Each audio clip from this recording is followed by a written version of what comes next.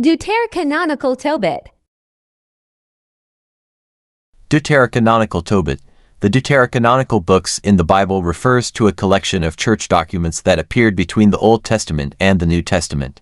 Although they have always been in the church, they do not exist in the original Hebrew Bible canon, but were first officially included in the Greek Bible Septuagint in the 2nd-3rd century BC. Early Christianity has always used this version of the Greek Bible, so when compiling and translating into Catholic and Orthodox versions of the Bible, the Deuterocanonical books were naturally included in the Bible canon. But in other sects, such as Protestantism, the translation and compilation of the Bible is based on the original Hebrew Bible, so it does not include these documents known as Deuterocanonical books or Apocrypha. Some people believe that the Deuterocanonical books were included in the Bible canon by the Catholic and Orthodox churches only after the emergence of Protestantism, so the Protestant Bible canon does not include the Deuterocanonical books. This statement may be a well-intentioned lie, intended to reduce the contradictions between the three major sects within Christianity. As a document, we should still respect history rigorously. Martin Luther translated the Bible into German in 1534. The Catholic Church officially upgraded the 7 volumes of the Deuterocanonical books to the canon in 1546. From the above time periods, the Catholic Church's Deuterocanonical books turn positive did indeed occur after the emergence of the Protestant Bible. But this is probably just a coincidence. The fundamental reason is, the Catholic Church has always used the Greek Septuagint Bible. Therefore, the Deuterocanonical books have long been a part of the Bible. 1546 was just an official statement. Master Martin Luther deliberately abandoned the popular Septuagint when translating the Bible into German, and deliberately chose the original Hebrew Bible as the mother book. And the Hebrew Bible does not include the Deuterocanonical books. This has resulted in the Deuterocanonical books becoming the biggest difference between the Catholic and Orthodox churches and Protestantism in terms of the Bible. In today's world, if you look at the Deuterocanonical books from a neutral, free, and enlightened Christian perspective, they as Jewish history and religious history, they are indispensable, otherwise, it will cause historical fragmentation. As part of the Bible involving church classics, such as the absolute classic whereabouts of the Ark, the Deuterocanonical books are indispensable, otherwise, the Bible's discussion of the Ark will become a headless, incomplete document. The Deuterocanonical books appeared in the 400-year history between the Hebrew Old Testament and the Christian New Testament. It is also a historical record of the Hebrew nation. Therefore, it has the function of linking the past and the future. Abandoning the Deuterocanonical books will cause the Hebrew history and religious history to be disconnected. Obviously not advisable. Fortunately, within Christianity, there is no power to deny the Deuterocanonical books. The difference between the various sects is merely whether to recognize its canonical status. Therefore, its content, in the Christian world, is universally applicable. Based on this, it is important to emphasize the Apocrypha. Helps to eliminate misunderstandings and contradictions between different sects and denominations. Helps to counteract the Antichrist's exploitation, deliberate distortion, and destruction of the unity movement of the Christian faith. The main books of the Apocrypha include 1. Tobit, 2. Judith, 3.1 Maccabees, 4.2 Maccabees, 5. Wisdom of Solomon, 6. Ecclesiasticus or Sirach, 7. Baruch, 8.1 Esdras, 9. Prayer of Manasseh, 10. Susanna in addition to the Book of Daniel, 11. Bel and the Dragon in addition to the Book of Daniel, 12. Additions to Esther, 13. Letter of Jeremiah. The importance of the Apocrypha. 1. Historical and cultural value. The Apocrypha provides important historical and cultural information about ancient Judaism and early Christianity. For example, the Book of Maccabees describes the Jewish resistance during the Seleucid Empire period. This is crucial for understanding the origin of the Jewish festival of Hanukkah. 2. Ethical and wisdom literature. The Wisdom of Solomon and Ecclesiasticus or Sirach are important ethical and wisdom literature works, providing many moral teachings and wisdom proverbs, enriching the thought content of the Bible. 3. Theological viewpoints. Some books in the Apocrypha provide theological viewpoints different from the canon. For example, the idea of the immortality of the soul in the Wisdom of Solomon plays a significant supporting role in the development of Christian theology. For church tradition, the Catholic Church and the Orthodox Church regard the Apocrypha as part of the canonical Bible and use it in doctrines and rituals. For example, the Catholic Old Testament includes the books of the Apocrypha, and these books are read during Mass. 5. Interpretation and commentary. In the interpretation and commentary of the Bible, the Apocrypha provides important reference materials. For example, the additions to the Book of Daniel, Susanna, and Baal and the Dragon provide a deeper understanding of the Book of Daniel. The acceptance of the Apocrypha by major denominations of Christianity. 1. Catholic Church. The Catholic Church accepts 7 volumes of the Apocrypha as part of the canon, referred to as the Deuterocanonical books, and includes these books in the Bible, Douay-Rheims version. 2. Orthodox Church. The Orthodox Church, more or less, also accepts some of the Apocrypha as canonical and includes these books in the Old Testament. 3. Protestantism. Most Protestant churches do not accept the Apocrypha as canonical. Instead, they regard it as Apocrypha. Although these books can serve as a beneficial supplement to doctrine, they are not considered to have the same authority as the canon. The Book of Tobit in the Deuterocanonical. The Book of Tobit in the Deuterocanonical. In the Deuterocanonical, the Book of Tobit is usually ranked first. This is not sorted according to the importance of its literature or chronological order. Instead, it is based on its literary style and content structure in the Bible. 1. Literature and style. The Book of Tobit is considered a complete novel story in literature.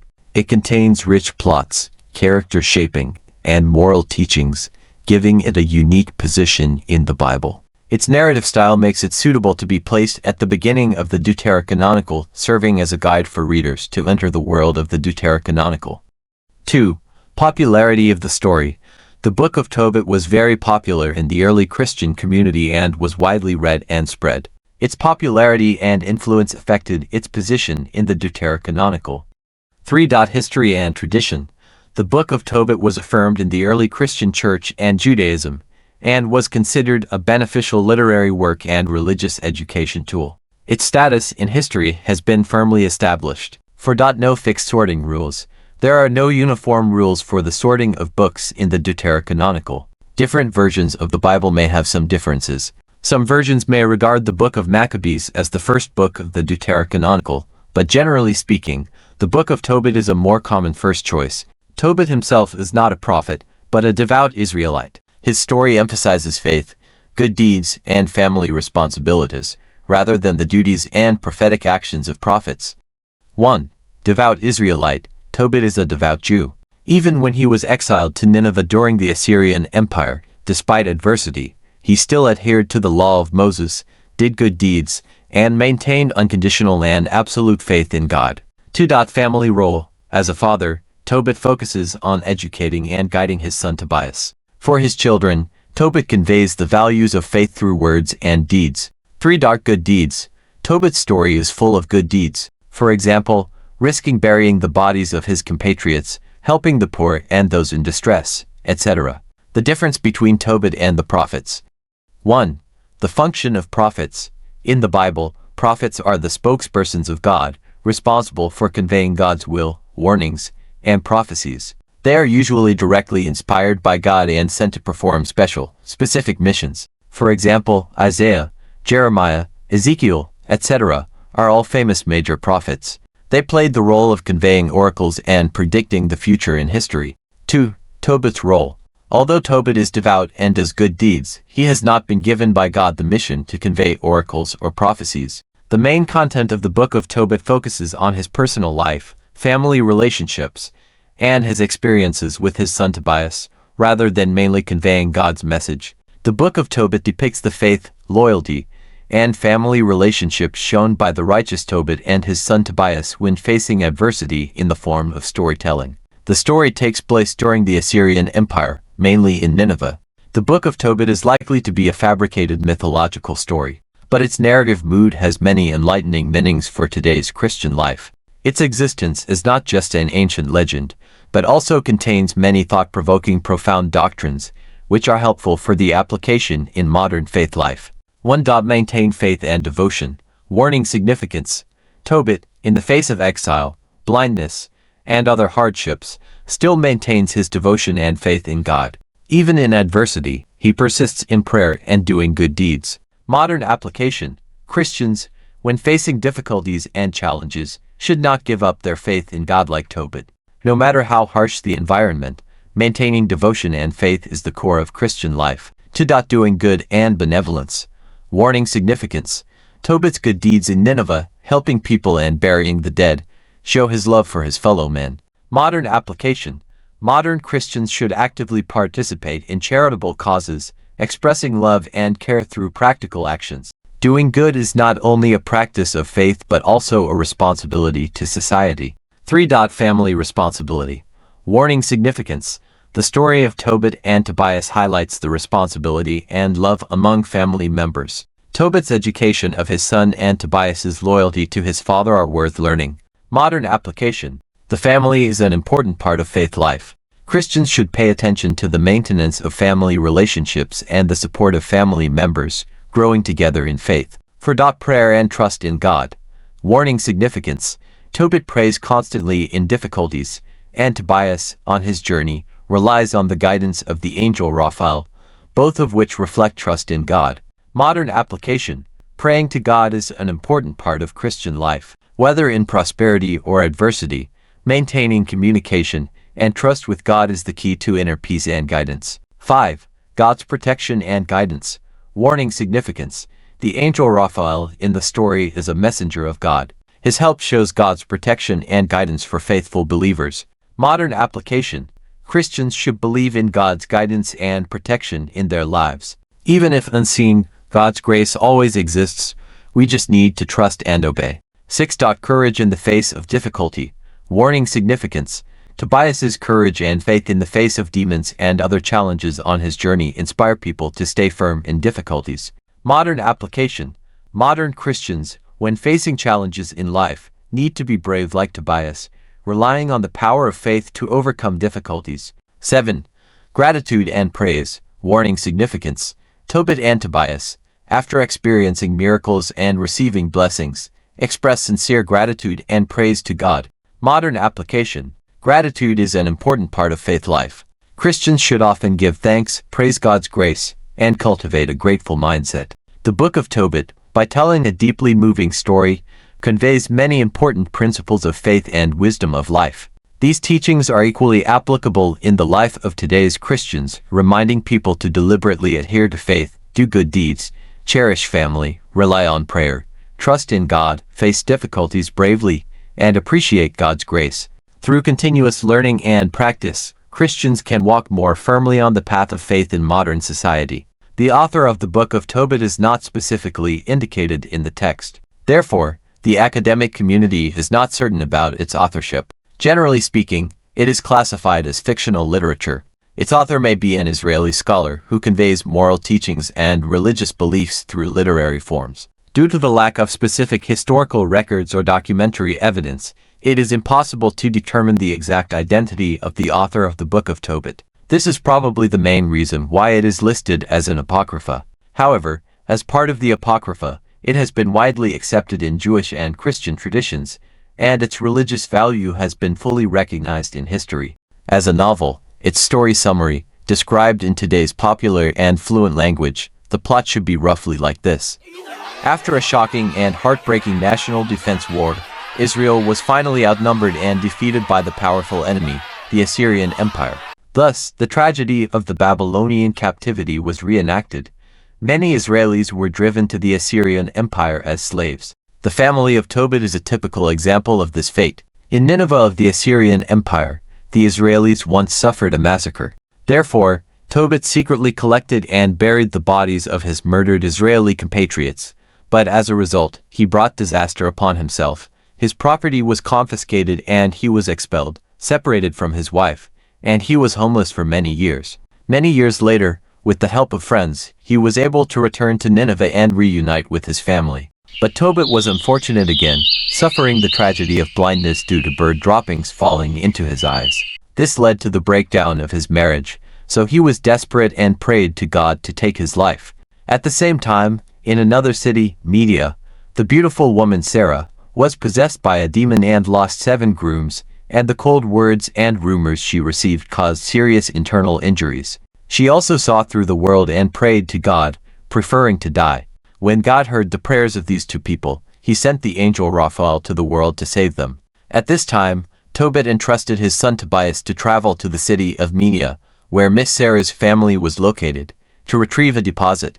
Raphael, who was highly appreciated by Tobit and incarnated as a mortal, became Tobias's companion and guide.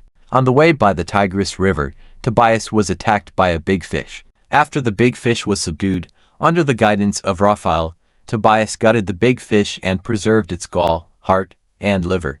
When they arrived at their destination, Raphael persuaded Tobias to propose to Sarah's family. Because the relationship between the elders of their 2 families was very close, Tobit had also instructed his son Tobias before the trip to find a wife within the same clan. Seeing Sarah, who was possessed by a demon, Raphael guided Tobias to drive away the demon attached to Sarah with the smoke from burning fish's heart and liver.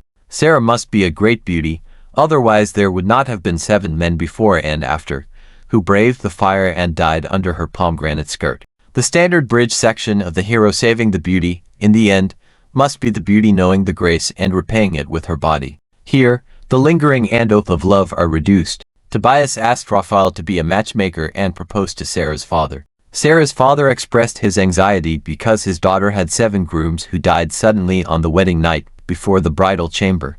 But Tobias was determined to marry Sarah, and finally moved his father-in-law and got the beauty. After the wedding banquet, Tobias took his new wife Sarah and Raphael back to Nineveh. Raphael instructed Tobias to use the gall of the fish he had caught to cure Tobit's eye disease. In this way, they celebrated Tobias's wedding and Tobit's recovery of sight again. After the second wedding banquet lasting 7 days, Raphael finally revealed his true identity. He is Raphael, one of the 7 angels standing beside God. The next chapter is a hymn to God written by Tobit. Tobit lived to be 112 years old. At the last moment, he left a will, asking his son Tobias to be buried with him after his mother's 100 years. Tobias was then to go to his father-in-law's bedside to be filial. Tobias obeyed his father's command, and after his mother's death, he indeed buried her with Tobit, and then took his family and left Nineveh to go to his father-in-law's house to be filial. The book of Tobit uses stories for preaching, and the most significant revelation for today's Christianity is the role of prayer. This is because many people believe that the main purpose of going to church to pray is to donate money, give your pocket money to God, to pray for grace, pray for great graces such as promotion in studies, promotion at work, marriage, health, fate, etc.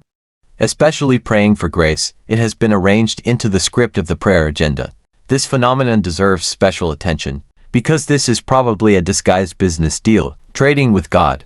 If you promise me, I will stay in the church. If you refuse me, I will give up my faith. God naturally will not favor this conditional faith. For example, a few years ago, at the beginning of the COVID-19 pandemic, the church led the congregation to pray asking God to eradicate the pandemic. At the beginning of the Russo-Ukrainian War, the church led the congregation to pray asking God to eliminate the war. Theoretically speaking, this kind of trading concept and demanding mentality have already interfered with God's grand plan. After all, God is playing a big game. The disasters that fall from the sky are probably God's curse on human sins. If this is the case, the congregation should not try to interfere with the operation of the kingdom of heaven with the kindness of women. They should not doubt, or even give up their faith in God because their prayers are not answered. This is because the church should be used to praise God. The church is definitely not used to threaten God.